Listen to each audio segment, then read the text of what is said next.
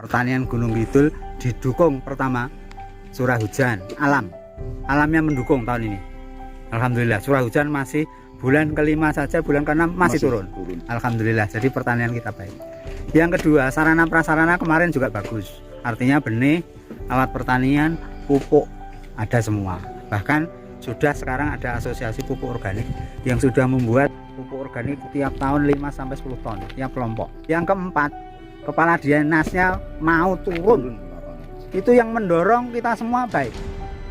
Yang hari ini hari Jumat kami diajak ke dua lokasi oleh kepala dinas bersama jajaran. Yang pertama, kami hadir dalam panen kedelai di Kedung Keris.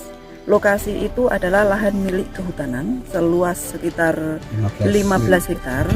Dan di sana petani boleh memanfaatkan tanah itu tanpa dipungut biaya pajak maupun sewa, tetapi menjaga keseimbangan antara tanaman milik kehutanan dan petani mengolah lahan untuk ditanami kedelai.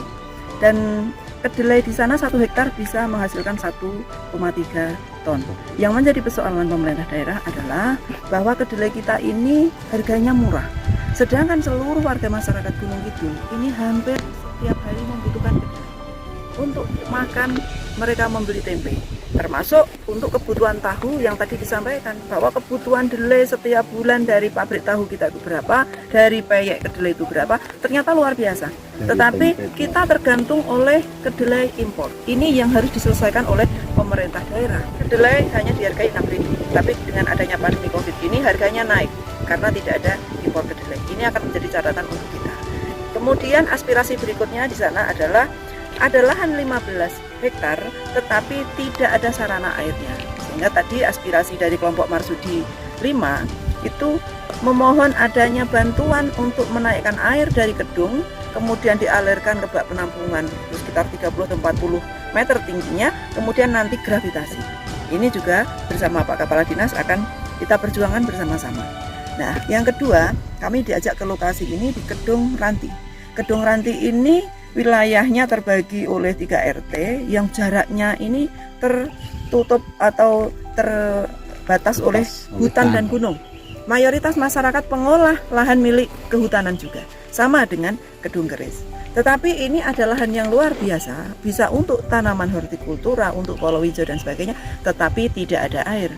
Maka Kepala Dinas menggunakan kebijakan anggarannya kemarin tahun 2020 ini memberikan bantuan bak penampungan air. Ini pembangunannya sudah hampir 70-80% dengan metode menaikkan air dengan pompa dari Kedung, kemudian diangkat ke bak penampungan, nanti akan dialirkan ke seluruh area persawahan.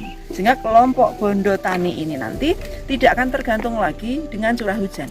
Bisa menanam sayuran, menanam palawija, bahkan yang membanggakan punya inisiatif untuk mencetak sawah baru di bawah bimbingan Pak Lurah dan Pak Dukuh, terutama yang sebagai kelompok tani, ketua kelompok tani Bondo Tani ini. Kita lihat sendiri bagaimana cabai yang kemarin kita belum mendapatkan bantuan untuk bak ini sedemikian hasilnya, apalagi nanti dengan pengairan yang rutin, air yang cukup.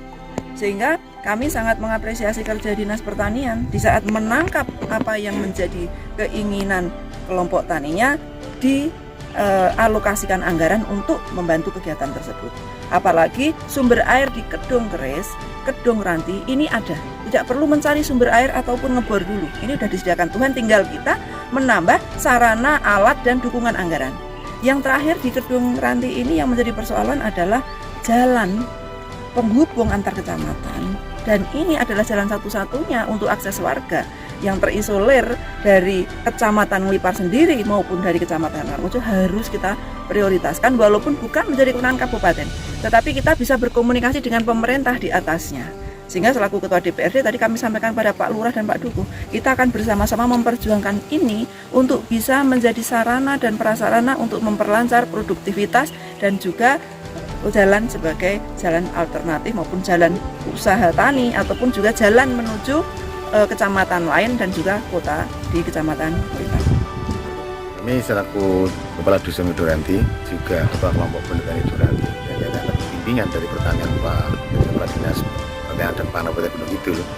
Kami bertekad untuk memajukan dalam arti pertanian yang berproduk modern, dan juga membangun posisi kita membuka lahan sawah yang lebih membuahkan kesejahteraan masyarakat.